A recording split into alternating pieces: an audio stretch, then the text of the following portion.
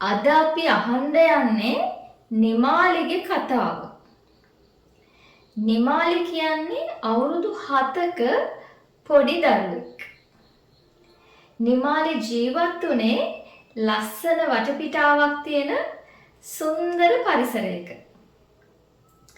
නිමාලිගේ ගෙදර ඉස්සරහා දම්පාට මල් යායක් වවලා තිබුණා. ඉතින් නිමාලි මේ මල් දිහා බල හිටියට නිමාලිගේ කල්පනාව තිබුණේ ගේට්ටුව දිහාට. නිමාලි සැරින් සැරේ ගේට්ටුව දිහාට හැරිලා බැලුවා. ඒ නිමාලිගේ තාත්තා ගෙදර එනකම්. තාත්තා වැඩට ගිහිල්ලා එයි කියලා තමයි නිමාලි මේ සැරින් සැරේට ගේට්ටුව දිහා බල හිටියේ. ඉතින් ටික වෙලාවක් යනකොට තාත්තව ඈතින් පේන්න පටන් ගත්තා. නිමාලි දුවලා ගියා තමන්ගේ තාත්තා ගාවට. හැබැයි මේ තාත්තා නිමාලි දිහා බැලුවේ නැහැ. නිමාලිට කතා නොකරම ගේ ඇතුළට ගියා. ඉතින් නිමාලි හැමදාමත් තමන්ගේ තාත්තා ගෙදර එනකන් මේ එළියට වෙලා මග බලාගෙන ඉන්නවා. තමන්ගේ තාත්තා ගාවට දුවගෙන ගිහිල්ලා තමන්ගේ තාත්තා ඔළුව අත ගායි, තමන් එක්ක කතා කරයි, තමන්ට ආදරෙන් වචනයක් කියයි කියලා නිමාලි හැමදාමත් මග බලාගෙන හිටියා. හැබැයි මේ තාත්තා කවදාවත් නිමාලිගේ ඔළුව ආදරෙන් අත ගෑවේ නැහැ. නිමාලිට කියන්න තියෙන රස කතන්දර වලට සවන් දුන්නේ නැහැ. පොඩ්ඩක් වෙලා නැවතිලා නිමාලි දිහා බලලා දුවේ කියලා ආදරෙන් පිළිගත්තේ නැහැ.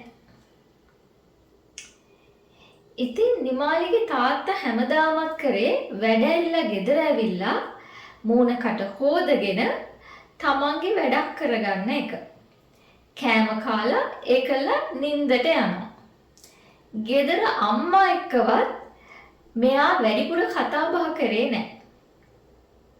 ඒක නිසා අම්මත් ගෙදරදී වැඩි කතා බහ නැති චරිතයක් බවට ටිකෙන් ටික පත් වුණා. ඒ වගේම තමයි නිමාලිගේ අම්මත් නිතරම කනස්සල්ලෙන් පෙලෙන්න පටන් ගත්තා.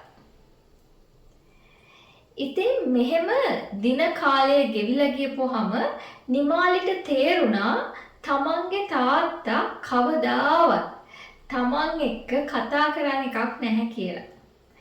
ඒ වගේම තමන්ව ආදරෙන් ඔළුව අත ගාලා බදාගන්නේ නැහැ කියලා.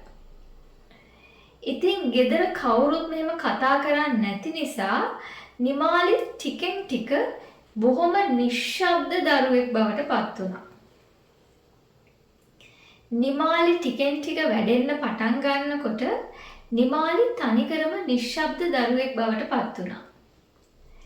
ඇයට නිවස ආරක්ෂිත නැති තැනක් වගේ දැනෙන්න පටන් ගත්තා. තමන්ගේ අදහස් ප්‍රකාශ කරන්න, තමන්ට අවශ්‍ය ආදරය ලබන්න සුදුසු නැති තැනක්, ආරක්ෂිත නැති තැනක් කියලා ටිකෙන් ටික නිමාලිට හිතෙන්න පටන් ගත්තා. තමන් හොයන දේ තමන්ගේ ගෙදරින්, තමන්ගේ අම්මගෙන්, තාත්තගෙන් කවදාවත් ලැබෙන්නේ නැහැ කියන පණිවිඩය නිමාලිගේ හිතේ තැන්පත් වුණා. ඉතින් අද වෙනකොට නිමාලි අවුරුදු 20ක තරුණියක්. නිමාලිගේ ජීවිතේ මේ විදියට ගත වෙලා ගිහිල්ලා තියෙන කෙනෙක්ගේ හැටියට ඉදිරි අවුරුදු කාලය නිමාලිගේ වැඩිහිටි ජීවිතය මොන වගේ වෙයි කියලාද මේක අහගෙන හිටපු ඔයාට හිතුනේ. නිමාලිගේ වැඩිහිටි ජීවිතය මොන වගේ එකක් වෙයිද? මොන වගේ ප්‍රශ්නවලට ඇයට මුහුණ දෙන්න වෙයිද? මේ සංවාදය ඔයගලන්ට විවර කරලා මං තරමක් නිහඬ වෙනවා. පල්ලෙහෙන් කමෙන්ට් එකක් දාන්න නිමාලිගේ ජීවිතයට, නිමාලිගේ වැඩිහිටි ජීවිතයට මොකක් වෙයිද කියලා.